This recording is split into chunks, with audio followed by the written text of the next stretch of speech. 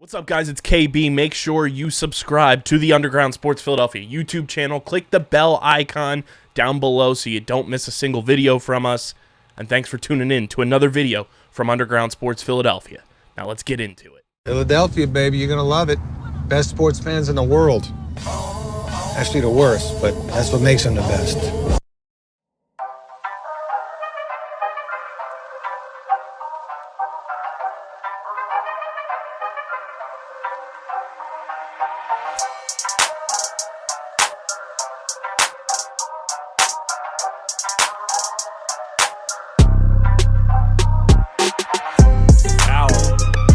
Going deep, and it's caught in the end zone for a touchdown by Xavion Diaz. A great throw, Diaz wide open.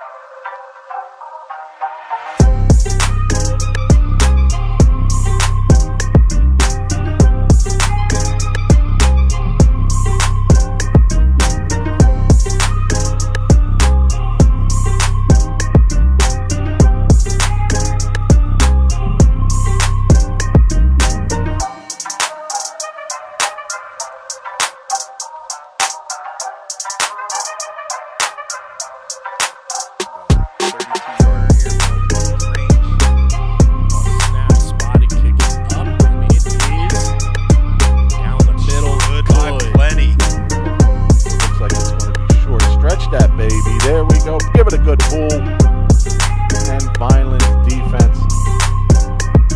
Oh, no. What?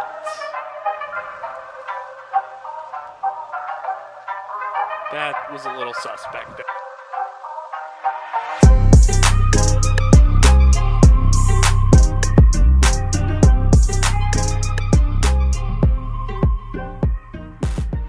And welcome back, everybody, to another edition of Guzman's Gridiron, presented by Underground Sports Philadelphia and the Red and Gray Gridiron Group. Kyle Bennett, Coach Guzman here after another dominant shutout victory for the Fighting Clan on homecoming. Before we get into all of the happenings on this episode, make sure you guys are following Vineland Football on social media, at VinelandFB on Twitter and at Vineland_football on Instagram. Follow Underground Sports Philadelphia on social media. Just search Underground Sports Philadelphia. Will pop up on your social app of choice.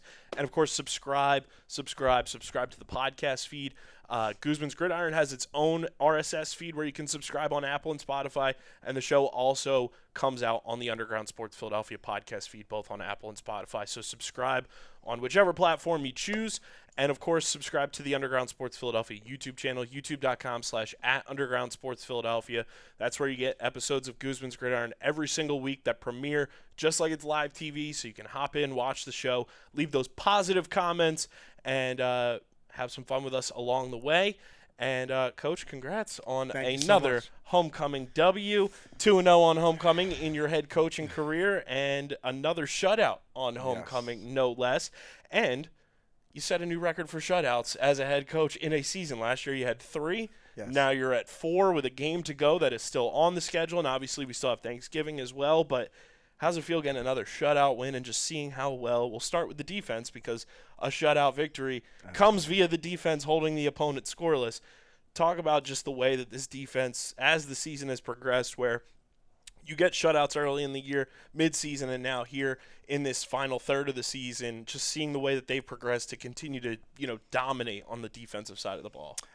Again, man, I can't say enough about my kids. They're great kids. They came out, they did their due diligence, performed at a high level.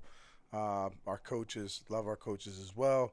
They had them ready, beyond the Call of Duty ready to go ahead and face their opponent. And, I mean, it showed come game day. We had everybody. It seemed like it was a party back in that backfield. Donnie St. Jean was back there. Noah Cruz at his usual. Saquon. Muchie. All these guys. Fanador. They were just all over these guys like a blanket. So very proud of our defensive effort. Very proud of our offensive effort as well. Coach Hendricks came out with an excellent game plan as well. extremely proud of our O-line, how they picked up the new installs during the week. Again, I can't say enough about our kids. We left a lot of points on the board, but as I always tell the kids, there's always room for improvement. And at the end of the day, a win is a win. We don't need to pour it on a team, and I stand true to that. That's from my coaching tree, from what I came from. You don't embarrass kids.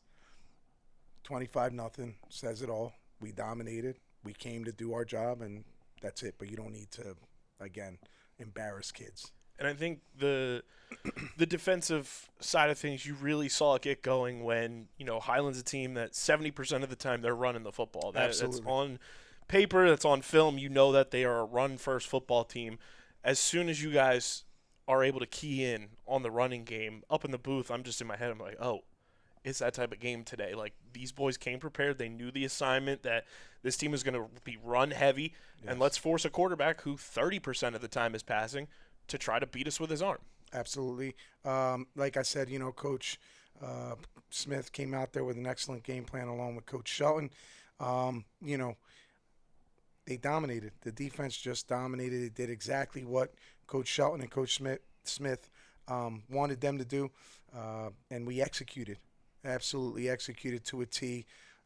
It was just really nice to see that everything was done just so for them. And I mean, being so that this might be, I want to say it's Coach Shelton's second shutout as leading the fray. So I'm very proud of Coach Shelton. Very proud of him. And, when you look at the way that we were talking last week where it kind of gets going defensively with Noah, he makes that first giant tackle on defense. And I was like, I feel good about my analysis as somebody who's watching the game. I know ball. But, it was that whole front seven the entire game that really set the tone from the D-line. Like you mentioned, Donnie up front. Absolutely. He was all over the field. He was everywhere. Every which way. You saw number 52 rolling around there, making tackles, being the first point of contact on making, a stop. And then Noah, just another unbelievable game. He was dominant start to finish. Omar Davis was great at the linebacker position as well, and I feel like he's really coming into form at that position as well. And I feel like the linebackers really had one of those games where it's like, hey, pop that on your huddle, pop that on your highlight tape, because this is a game that is going to stand out for you on your resume. Absolutely. I pulled Noah to the side, the other day, and I told him, I said, this was the best game you had reading. His reads were absolutely on point. They couldn't run trap. They couldn't run counter. I mean, he was there. He was literally there in the backfield. Almost took a handoff. The kid almost took a handoff. So, excellent job of, going ahead and doing film study. That's one of the leaders of the team. He's a great kid. Mark Mutcherson's coming to his own. He was great as well. The hits he was laying, you could hear him in the booth. It was impactful, but they were strong, forceful tackles he was making. And being so that now he's closer to the line of scrimmage, he's not playing that safety position, right? He's over now an LB, a linebacker. It's just nice that this kid is the type of kid that can go ahead and just absorb whatever you throw at him. He's got a Tyreen Powell build at the linebacker position. Yes. And, again, very proud of Mark and what he brings to the team. And just being so that he was able to absorb all this information and put it to fruition, put it right to work. It's just something to be said with that. So, again, very proud of the defense for doing what they did this past week. And we'll talk about him on offense, too, because he had, I think, his best game at the fullback position. But defensively, I thought Phoebus was great as well. Absolutely. Jose Phoebus, one of the leaders of the team as well, just played a dominant game. He was dominating. Whoever was in front of him, he was dominating. And it showed because, again, our linebackers were getting through really clean. Their reads were clean. Everything they did by way of, going ahead and making sure that they forced stops when needed. It was all there. It was all in the cards. So very proud of the defense. And it just let the secondary kind of play loose, and not that they had to do too much in this game per se, but it was like, oh, we can kind of be free-floating, and if they need us to come up, on a play to make a Support, stop, right. we're almost playing a hybrid linebacker now because our front seven is playing so dominant. Absolutely. I mean, it allowed for Saquon Anderson. It allowed for, Fanador, allowed for Xavion to go ahead and just play a little more loose, knowing that, they still have their job responsibility. However, they can go ahead and really, being so that there's a run team first, they can really hone in on that run and help out when needed. And, when you've had games earlier this season, too, when you've had opponents that were very, focused on running the ball, and now you see a team who may not have the overall, team talent like some of those teams in the past did, but they're going to come in and run the ball. To see the adjustments that this team has made defensively, stopping the run, I think has to be a positive sign for you guys as a staff. Absolutely. Very, also very proud of the young guys that got some work in there. Brandon Bedoya, he went in there. He had a few stops himself. Lorenzo went in there. He had a few stops himself. So, with the likes of, Aiden Zincraft, he was in there doing his due diligence as well. I mean, these kids were just flying around making plays. They wanted the game. They wanted to make sure that they played for the seniors, as I always told them. This is a game that you want to send your seniors out on top so that they remember it for the rest of their life, And, I mean, what better way than to pitch a shutout on homecoming? And, on the offensive side of the ball, too, it was a slow start those first couple of plays there. Right. You move backwards after you have, like, that starting field position that you guys have made it a staple this year. Like, let's start at the 40. Let's start at the 45. You get there on the return, and then – get pushed back, a couple of new looks out there offensively, and it pushes you back. But it felt like the momentum offensively got going on that drive and sustained for the rest of the game on one catch by Rayon Carter on 3rd and 12. Absolutely. Another leader on the team, Rayon Carter. We talked about him last week. The kid is up this game. He is up this game. He's went ahead and done his thorough diligence and going ahead and watching film, doing his film study work and then applying it on the field. He shined really bright this past week at the homecoming game. And Rayon Carter is our MVP, our most Vineland player this week. He deserves it. And he was fantastic. Got the momentum going on that 3rd and 12 catch, and it felt like you guys never looked back from there. It was like, okay, we got this. Let's keep moving forward. And that's exactly what you did, because you went on and scored on that drive. Absolutely. And Rayon Carter is your MVP, presented by the City of Vineland, and the City of Vineland Municipal Calendar features city-organized, city-sponsored, and city-affiliated events that are of public interest. The calendar, which is accessible at vinelandcity.org, is a good way for residents and visitors to build awareness, remain engaged with city government, and participate in local events.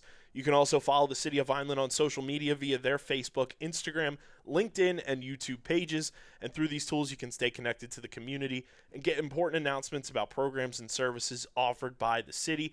Vineland, New Jersey, where it's always growing season, our presenting partner for our MVP, our player of the game. And, that catch by Rayon Carter was like, okay, these first two drives, we're trying some new things out on offense, new little situational game plan here, it seems like, for Coach Hendricks. And, Rayon comes back to the ball and moves up the line like perfectly. He's got, some contesting there with the defender, and he makes his way to that first down marker. And from there, it just felt like the game was like in your control moving forward. That set the tone, and it kind of was like, okay, this was like the little push of momentum we needed. We moved back on the first two plays, kind of maybe getting our heads a little bit after the first one. The second one doesn't go our way. What are we going to do here to respond on 3rd down? You get them to jump off sides, so you pick up the 5 yards from that first play that pushed you guys back. Right. And then Rayon picks up the yardage for the first down. And, throughout the game, he was just dynamic, and we've talked about him a few times this season. And I think just the way that, you talked about Noah's vision and reading things, the way that Rayon's reading the routes coming out of Elijah's hands. And I think it's an underrated skill when, a wide receiver can run a route all they want and expand their route tree all they want. But when a receiver has the inclination to come back on a route and run that comeback on whatever route they're running to make sure that that pass is completed, Rayon does that 99% of the time I watch him run a route. He's making sure he's coming back to the ball and not forcing Elijah or Antoine, whoever's throwing the ball at the time, to complete the pass to him. He's making sure that they're coming together. Again, this is something that the coaching staff and I stress all the time. We have a young quarterback back there, okay? And regardless if he wasn't a young quarterback, even a seasoned quarterback, we make our quarterback right. How do we make him right? By adjusting to the ball. If he happens to throw a ball that's coming a little short, adjust to the ball. If he's throwing it a little longer than he should, then run your feet and get to the ball. Okay, extend your hands and grasp onto that ball and make sure that you catch it. So, again, they get it drilled in their head. Make the quarterback right. Make him right. And this is what these young men are doing, and Rayon Carter showed you that this past week. That play there, pick up the first down. Charles Clark goes down the field. You guys score. Yes. Charles Clark goes down the field again. You score. Special. 2 great runs. And I think, in this game in particular, the way that he was running, you give Charles Clark an inch of open field. That speed and that burst is going to be put on display for the entire world to see. YouTube.com/@VLDSchoolsTV to watch the broadcast. Right. You give him any amount of room to operate where his feet can just go forward. Nobody is catching Charles Clark. Yeah, I've said it since he's got with us. He's special. Vision, shoulder pad level. That burst of speed. That inside running toughness. The elusiveness. He's a total package in the back, in my opinion.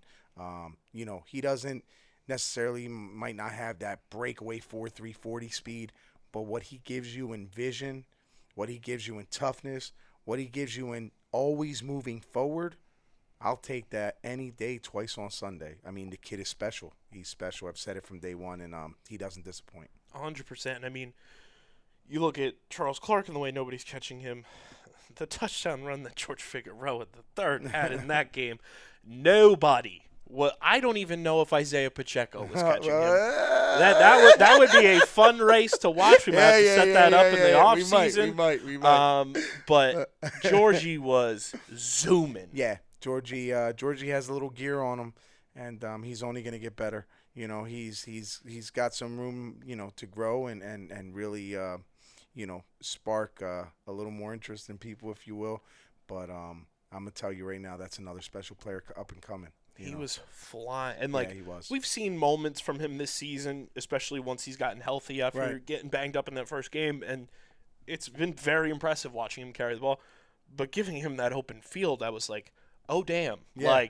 He can go. He's not only fast, he's quick. Yes. And for those of you at home watching and listening, there is a difference. Yeah. Go watch that touchdown. You'll see fast and quick all in the same player. Yeah. And I was thoroughly impressed by him just staying with that run too. He had a couple people that could have caught him if they were quicker, but nobody on that run was going to catch him, and he went in untouched. Yeah. He again, this is a kid that pours his heart and soul into his craft.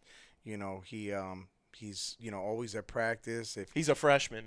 Yes, and he's one of our true freshmen that had the opportunity to go ahead and start on this team this year.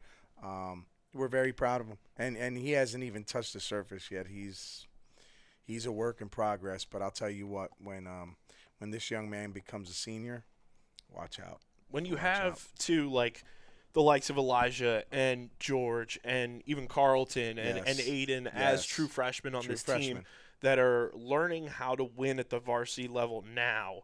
And obviously we don't want to look too far in the future. We have a game this week too. Right. But just for the growth and development of those guys and all the freshmen that are on this team too, but those 4 in particular stand out because they're all on that offensive unit together too. Right. Being able to carry a winning culture and a winning mindset for them, how awesome is that for you as a coach, and how imperative is it for just the growth of the program, knowing that you have guys very similar? It's very funny how it lines up to a lot of the seniors that were on this team that got called up as freshmen to play at the varsity level. Granted, theirs was mid-season. These guys have gotten an even more benefit of starting the year on varsity. Right. But how important is that for their growth and development as individuals, and then for them being on the same unit on offense and playing in tandem together from the offensive line to quarterback to running back? The experience that they're, having on that field, it's invaluable. It's something that, they're going to go ahead, take, absorb, and then put into work come next season at a higher level. It's just nice that they'll know a little more next year of what they're facing, how they can adjust to different maybe adversity that they might come in contact with. It's very beneficial to them at this level to have that experience and move forward with that experience, knowing that they can go ahead and look back like, wait, I've gone through something like this before. I know how to handle it. I can go ahead, just stay calm, and go about my business the way that I should. It's not going to show up on, the end of season highlight reels. It's not going to show up. Truly, it's going to be a play that is part of the game, and it happened, and it led to positive progression. But Right. that Mason Afanador high point catch and that ball placement from Elijah on that throw Right. is a top 10 play this season in my book. For the true football junkies who appreciate just good technical football, that was a beautiful throw. One hell of an impressive high point by Mason to just get up, put his hands where nobody else was going to be able to touch that ball, Right. and to have the body control to come down with it. Inbounds. What was your reaction as that throw leaves Elijah's hand? You see it going Mason's way. What's kind of going through your head as it's going? And then when you see Mason come down with it, what's the reaction on the sideline? I mean, in my opinion, I saw it so much in practice. I already knew that throw was money in the bank. He goes ahead. Elijah delivers the rock, as he should, only where he gives his receiver a chance to make a play on it. And Afanador does the rest.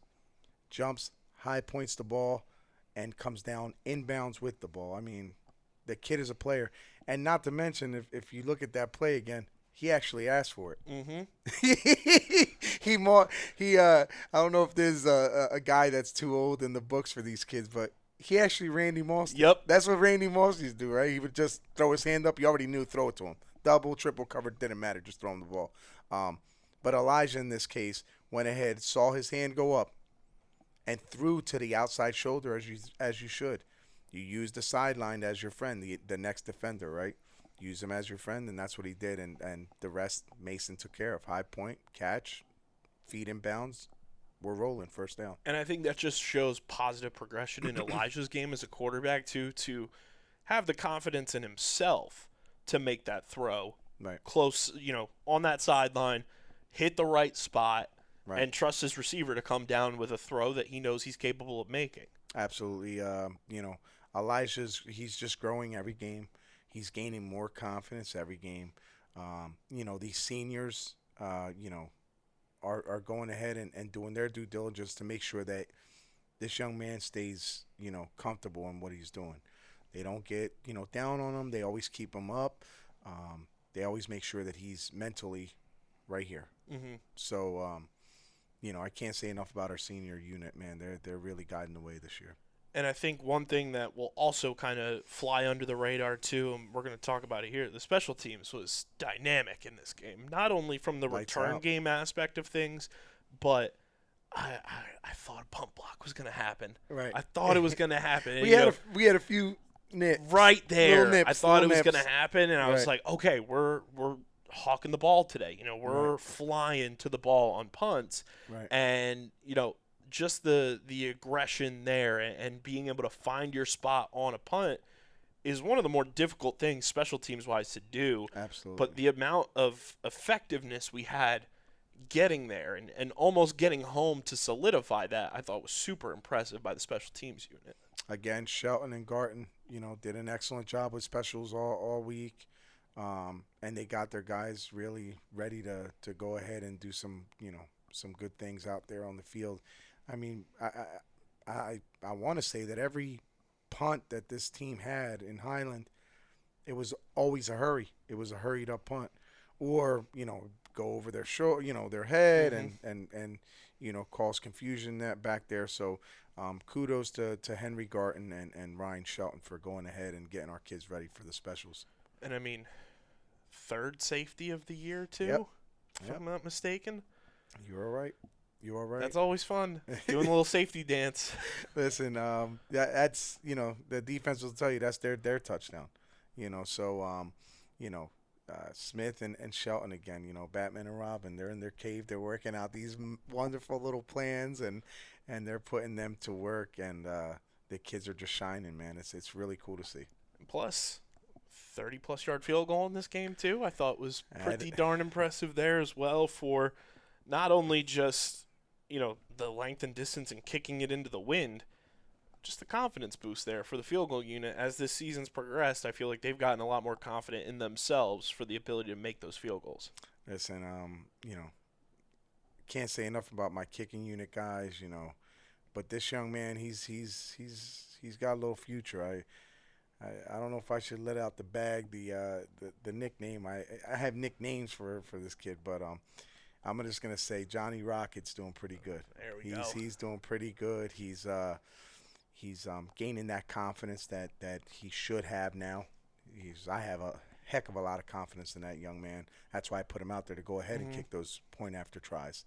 But I felt good seeing him in practice to take the points. And I went ahead, made the call, field goal, get him out there. And ice in the veins, and he got it through. So I'm very proud of Johnny, man. It was a great kick, and Yep. To kick that Great into hold the by wind, Joey. great hold. Great hold by Joey. He's another one. That's one of the our most kickers. underrated things from a special teams point of view too, is how valuable the hold is on a field goal or an extra point. It can make or break the kick. Absolutely. It's the trifecta, right? So Jay Huertas, our long snapper, Who's done a great job as well. excellent, goes ahead, snaps the ball. Joey with an excellent hold, and Johnny rockets the ball right through the uprights. I mean, it was a nice thing to see, and just to see his reaction. I believe that was his first field goal of the season. Just to see his reaction, man. That's what you want as a coach. That's priceless. No money in the world could give you that feeling, because I know that feeling. I know it. It's so genuine and so real. He's like, his eyes are all huge. And he's looking at me like, I just made a 30-yard. Yeah, you did it. You did it. You know what I mean? You did it through what? Hard work, hard practice. You zone in on your craft, and hence good things happen come game day. And I think, for everybody at home, that's why you hear broadcasters say, ball snapped, spotted, kick is up. It's a 3-part process if one of those things goes wrong, it's over. It might not be what you think. So again, it's that repetitious, feel at practice that it should at a game, in a game situation, we could put a blindfold on all 3 guys, and it should, all they need to hear is the go, hands are ready, boom, ball's down, kicks through. That's it. That's how it should be. Also, congrats to George Figueroa III. That was his first touchdown. Yes, if I'm not mistaken, at the I varsity gave him level his. as well, so. I gave him his kudos right after that, because I was looking for him. He was hiding from me. I'm like, where you at, George? He's too quick. But yeah. He deserves that, man. Hardworking kid. He wears his heart on his sleeve, and he deserves that, man. He did a great job for us that week. So we'll put a bow on this game and move on to the final scheduled regular season game of the season against Cherry Hill West right after a couple words from our sponsors. Don't go anywhere. You're watching and listening to Guzman's Gridiron right here on Underground Sports Philadelphia.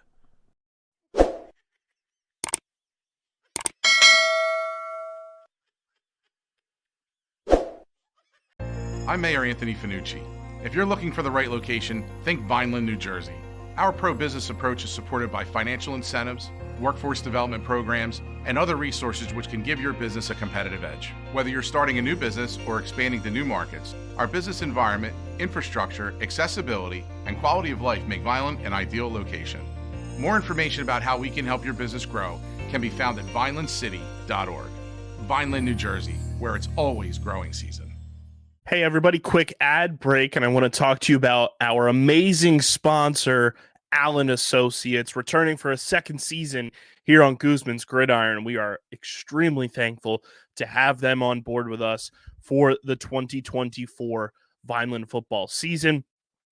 And if you are looking for a reliable and experienced insurance agency that caters to all your needs, look no further than Allen Associates Insurance Services.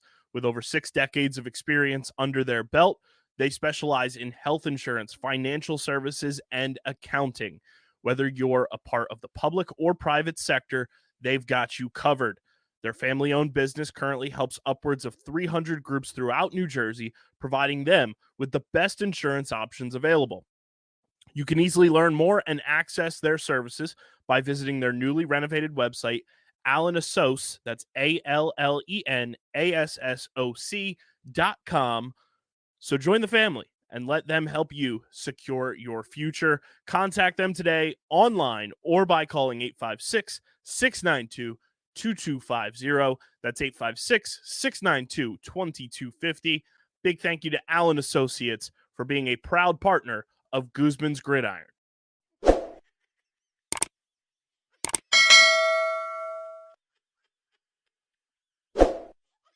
And welcome back, everybody. Thank you to our sponsors and Coach. To kind of just put a bow on this game overall, what's the feeling and the thought process coming out of that lengthy bye, coming away with a 25-0 win on homecoming, Right. and now you're back in the driver's seat. You're above 500 again. Right. How's the vibe and the feel at practice this week as you get set for this next matchup against Cherry Hill West, and knowing that, hey, we can have a little bit of a lengthy layoff, and we're prepared and we're going to come out and dominate.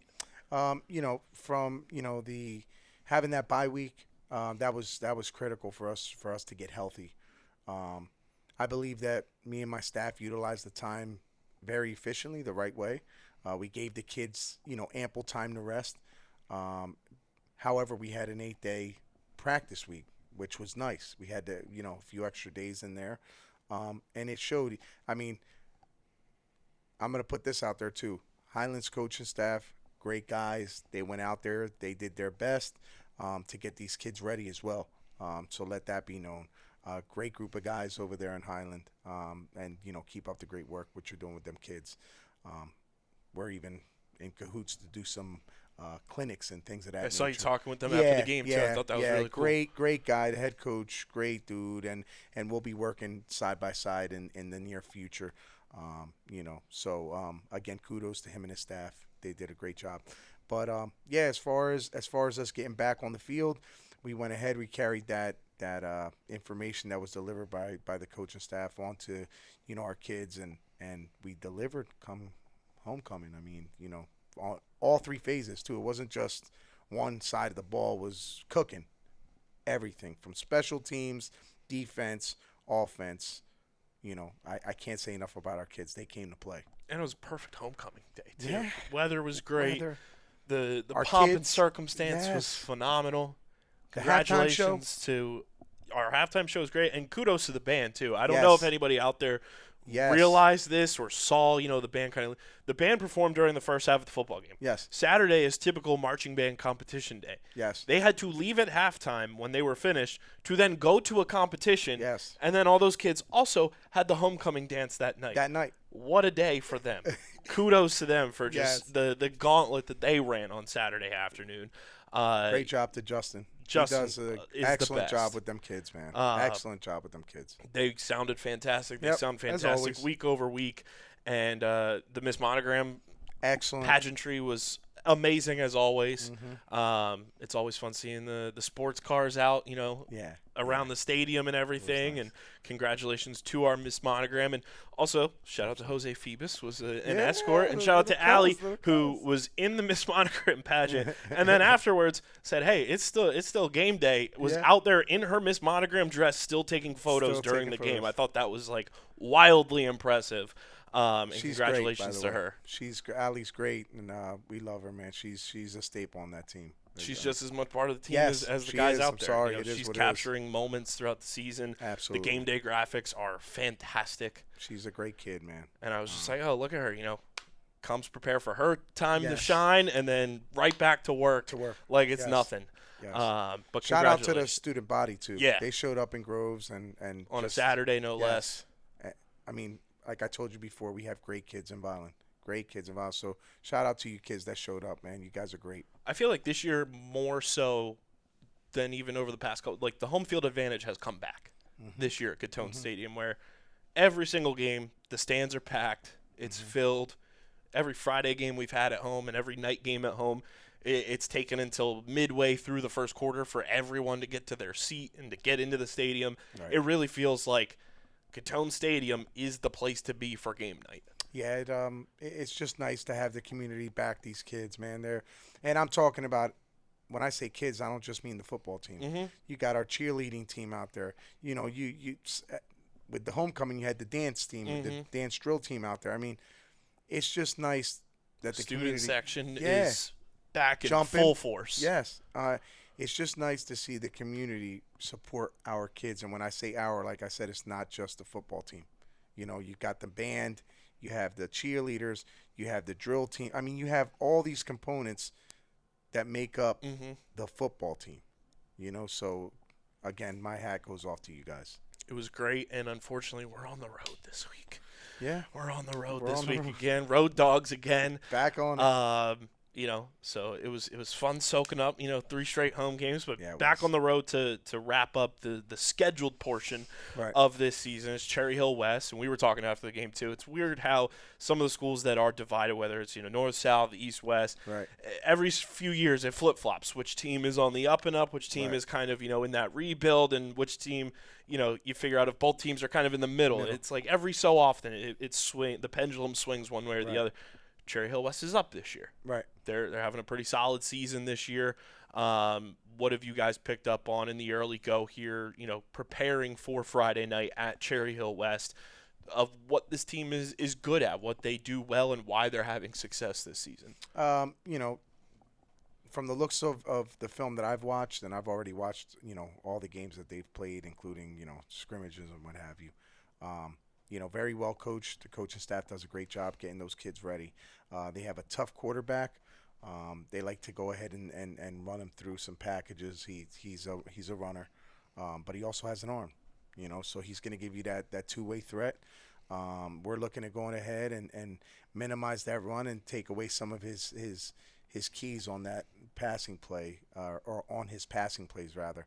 So we're going to have our work cut out for us, but there's nothing that Coach Smith and Coach Shelton can't handle on the defensive end. And then offensively, they're defensive guys. They got a nice seven front there, 7-man front, and we're just gonna have to go ahead and attack, with some key type of wrinkles in our offensive sets, their defense.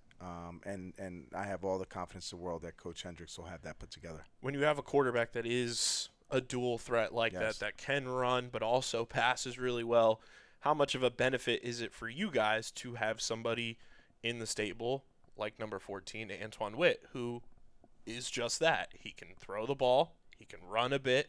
How beneficial is it to have somebody like that in-house to kind of mimic what your opponent is going to be able to do against you and what you're anticipating, so that your defense has a look at, hey, this is going to be similar to what we're going to be facing on Friday night. Right. Be prepared for this, and you get to use one of your own guys in-house for it. It's always nice to have, the look team be as close to the team that we're facing as possible. So when you have a guy who's a dual threat like that, and as you said, in our stable, we have somebody that can pretty much perform at that level, right? It makes it easier. Makes it easier for our defense to recognize what they might see come game day. It makes it easier for our D-backs to see these are the routes that he might look at and want to throw to. So yeah, it's more of a way for us to really gauge a little better how we can attack this young man. And when you have situations like that, when you have somebody that is similar to skill set, body build, whatever it may be, of a player that you want to kind of focus in on, and at this point, obviously, you always want to focus in on the quarterback of an opposing offense, but when you have somebody like that, how much do you think Antoine feels just as juiced up for this game, because he knows he's going to be vital in providing key help for this defense to prepare for you guys to come away with a win if things go your way? Yeah, he's in a position where he'll be looked at and asked to do some things for us, and he's always ready and willing. So and that goes for all our kids. They just want to win. They want to win. They want to put out the best product possible, so that at the end they can be staring down the barrel of a win. And those are the things I think that fly under the radar when it comes to a total team win, is the preparation in practice from guys like that are kind of mimicking your opponent and getting you guys ready for what you're about to face. That's a huge component for game day preparation that is a part of you guys coming away with a win. Absolutely, and that doesn't go, the look team doesn't go unnoticed. I mean, that is, first of all, that is where you can earn your stripes, right? That is where we as a staff can assess, okay, such and such is grasping the defense, or such and such is grasping the offense. Well, because you're doing that, now your stock rises. Now you go from, third string, let's say, just example, third string quarterback to second string quarterback. Oh, wait, he's outperforming such and such. Well, guess what? He does that another week. We might look into replacing the number one with the now true number one. So scout team is very, very important for not only the players, but for us to evaluate and see what we got, really what we have in our hands. And, you've had this stretch at home, 3 straight home games, a bye week in there as well. Haven't had to get on a bus in a while. Right. What's kind of the message in the locker room there, knowing like, hey, we got to put our backpacks back on and we're hitting the road again? Well, the message is very simple. We got to finish the job. And, finishing the job means winning out. We've got to win out. At least this is what, us as a staff, us as a team, we have as a mindset. We have to finish what we started. So we're looking to go ahead, go up to Cherry Hill West and put on, our best performance. And hopefully we'll be looking at a W when it's all said and done. And I think player, coach, fan, whoever, when you look at a record, 5-3 feels a lot better than 4-4 at the end of the day. And I think as a former player of any sport, when you have a record tied to your sport, you always want to have more wins, obviously. But Absolutely. Looking at it optically as you get set for whatever the postseason may be, going into the postseason feeling good on that win streak, there 2 in a row, is going to feel a whole lot better than going in 500, coming off a loss, and trying to rebound from a loss and getting prepared for a postseason run. Right.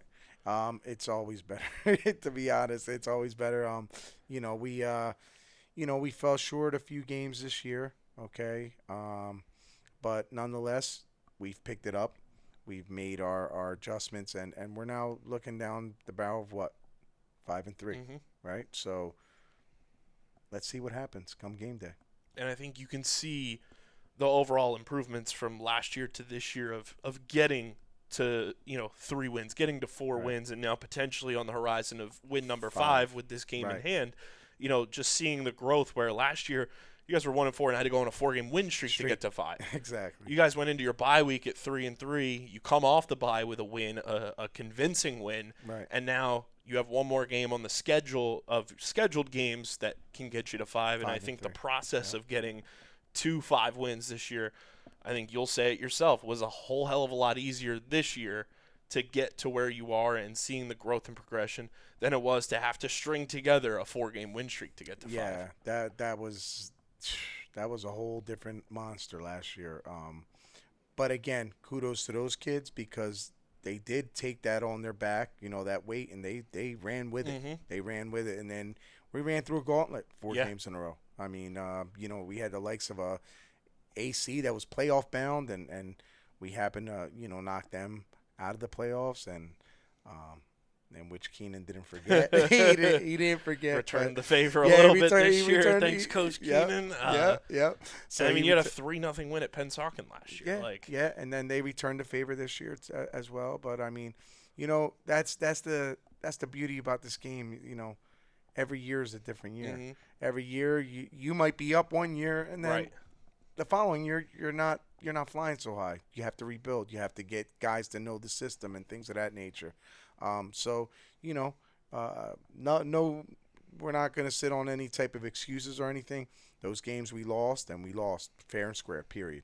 But again, I'm very proud of the kids' effort that they've put on as far as going ahead and redeeming themselves. and redeeming themselves in a big way come home this last homecoming game. Is it nice knowing that it's Friday night this week?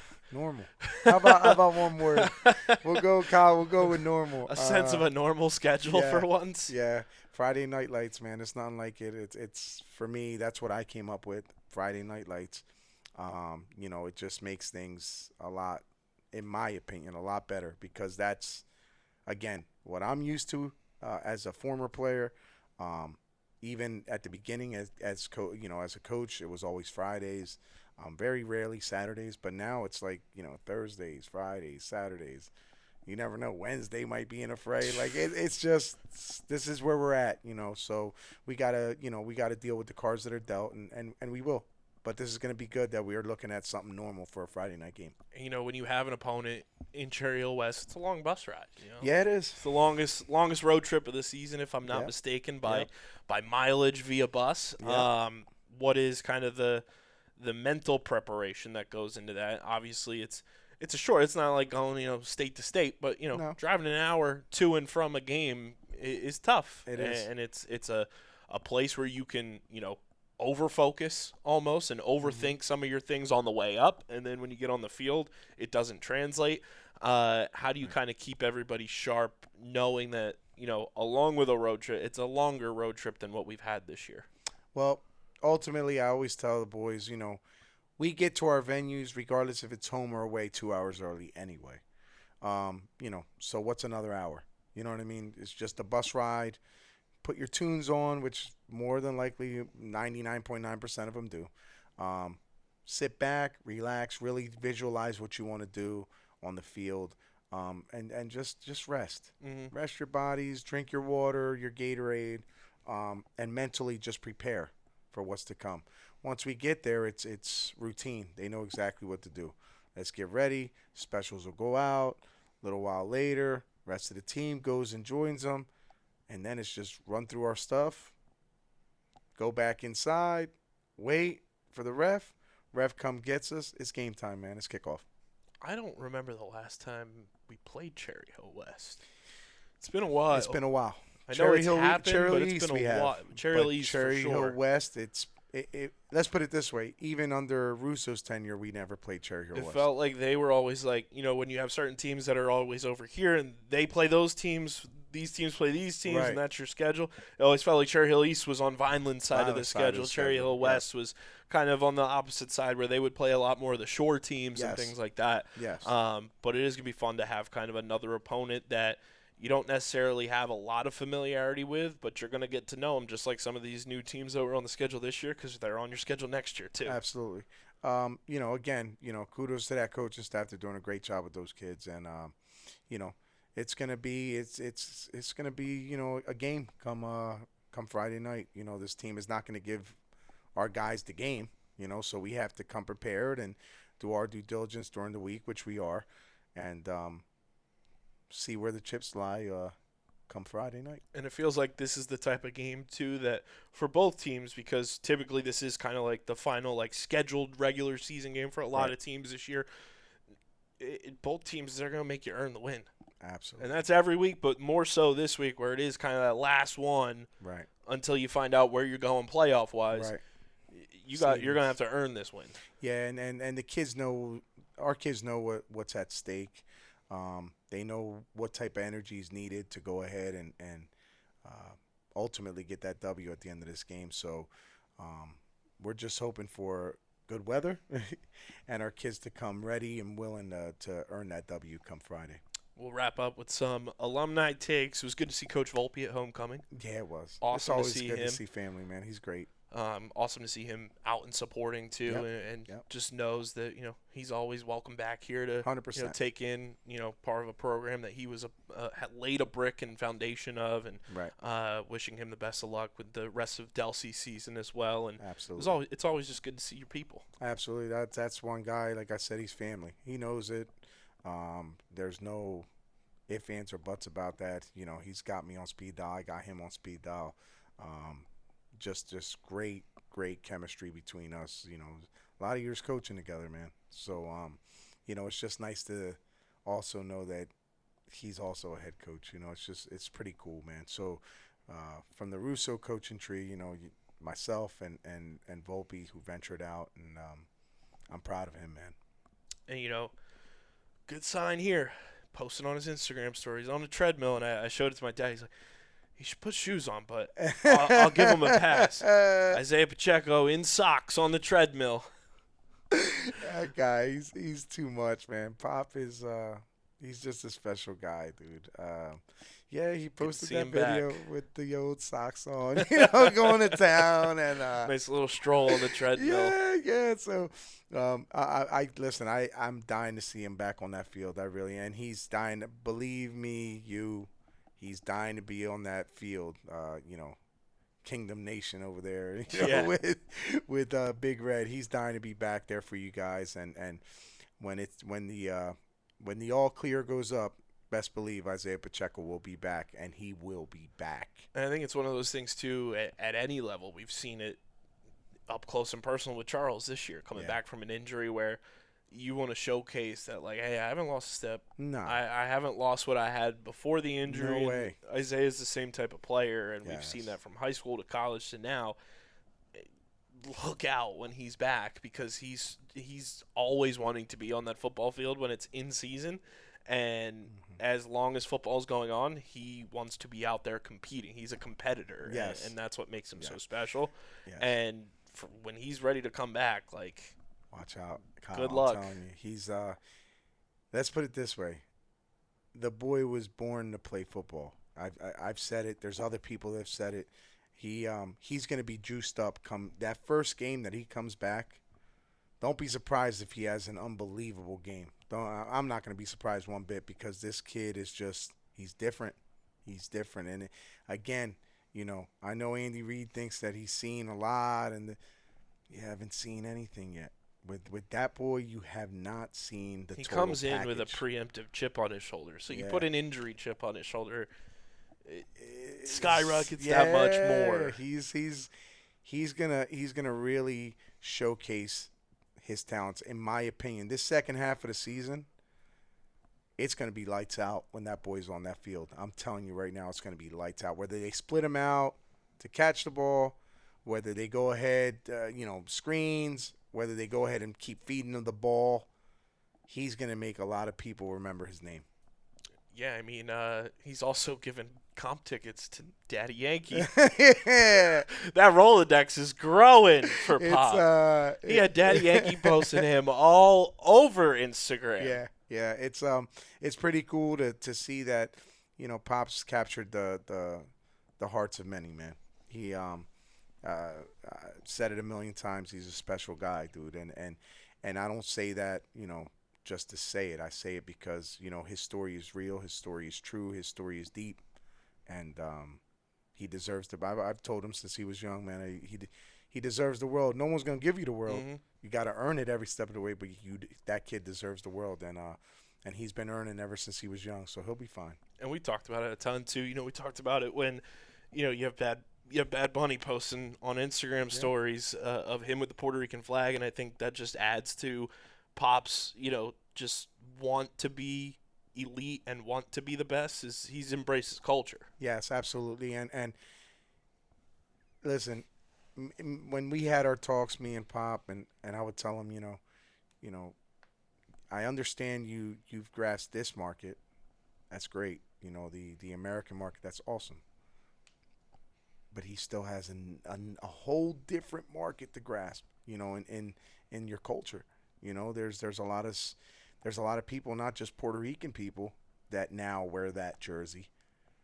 Mexican people, Guatemalan people, I mean, you name it. You Panamanian people. I've seen all these different Spanish-speaking countries, people from these Spanish-speaking countries wearing Pop's jersey. Colombia, I mean, Brazil. It's real. So it's a whole different market. It's beautiful to have the market at home, your American market, but branch out, man. Use your culture. Use your culture. There's nothing wrong with that. And it's weird and funny at the same time, because he starts doing it, and there's other players that now all of a sudden have, the Mexican flag on the back of their helmet, or the Dominican flag. I think it's awesome.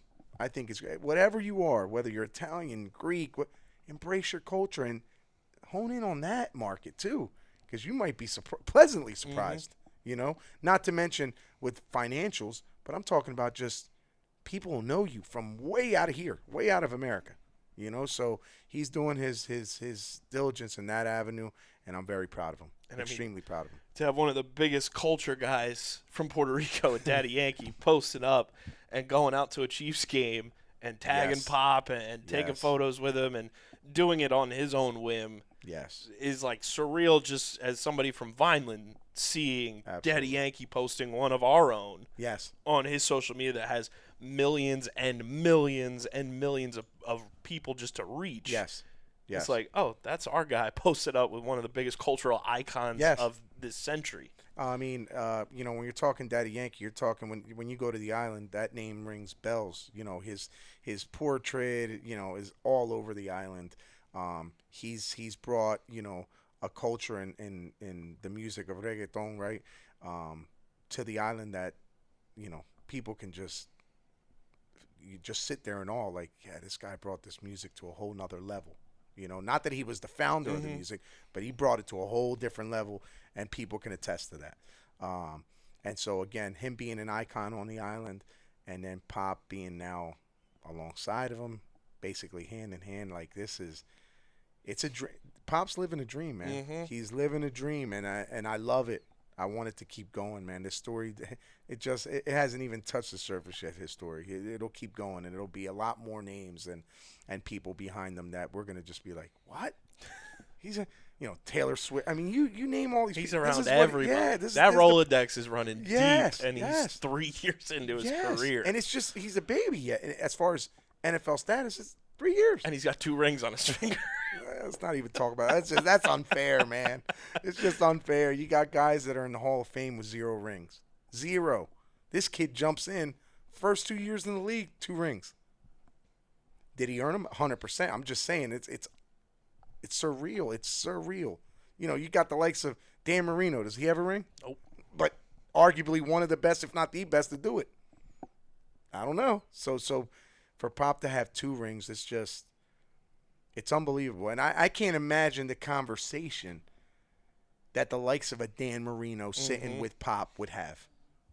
I would love to be a fly on the wall just listening to him. Let's facilitate that. Yeah, we'll film it. Maybe that could happen. We'll film it. Maybe that could happen. Dan Marino, man, if you're watching, I would love for you to go ahead and talk with Pop and just to get your perspective on that, because I think Pop would get a whole different view of, wait, I've got 2 rings, and this man who is a Hall of Famer, he has the yellow jacket. He's on a whole different stage. Doesn't have one. How does that work? What goes into that? Where this man was preparing his preparation. No one can talk about Dan Marino's work ethic at all. He was a monster in that film room, monster in preparing, but came up short when you talk about that hardware. Whereas Pop also due diligence in the classroom, work ethic crazy. Even his teammates say it. But had the advantage of what? Finishing and getting a ring. Not once, but twice. In his first 2 years. Dream. It's a big reflection why, and I don't think we've talked about it yet, but Isaiah, our guy Jamil Demby, and Tess Fisher, the newest inductees into the VHS Athletic Hall of Fame. Those are 3 excellent kids, man. Excellent. You know, Tess, love that girl. Superstar. Love that girl. She's just a great again, you take their sport away, right? Take their sport away. Say Tess never played tennis. Say Pop never played football, or Jamil. They're great human beings, dude. They're just great human beings. And they're just a delight to be around. They light up the stage, man. Tess lights up the stage. Jamil lights up the stage. Pop lights up the stage. They have something else. And there goes that word, the it factor. They have it. There's some people that just have it. And these 3 individuals have it and deserve all the accolades that they get. 100%. Congratulations to those 3 being inducted. I believe the ceremony's later on this school year, so can't wait for that. I will be front and center for those three. Covered all three of their careers, which is also making me feel extremely old, even though Jamil and I are only 2 years apart. Still had a part in covering all of their careers at some point. Isn't and that neat? Man, I am old. Isn't that neat? Yeah, though? That you it's can super say, cool. Wait, I covered Tess. I covered Jamil. I covered Pop. It's pretty cool, man. So kudos to you, Kyle. You've been doing it for a while. Yeah, that's to say the least.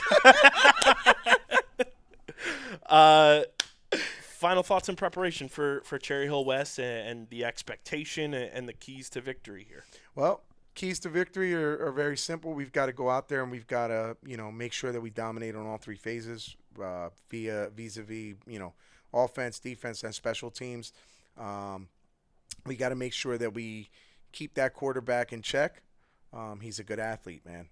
Not to mention, their running back, their receiver. They have a few pieces there, man, that are really good pieces, and we've got to make sure that we do our due diligence, and it'll be done. Believe me when I tell you, our OC and Hendricks and our DC and Smith, they're going to be, more than ready for this week's game, and in turn, the kids will be ready, I will be ready, and ultimately we'll leave with that W come Friday night. 6 o'clock kickoff? 6 o'clock kickoff. So there it is, a 6 o'clock kickoff this Friday at Cherry Hill West. If you have the means to do so, come out, support on the road. The road support all season long. To start the year was fantastic. Excellent. Let's finish on a high note. If not, you can watch the game on the Vineland Public Schools YouTube channel. It's youtube.com/@VLDSchoolsTV. Myself, Rich Scarpa, on the call. Doug Diola making the magic happen in that beautiful, beautiful truck that looks like it's straight from Bristol and ESPN if you look inside that thing.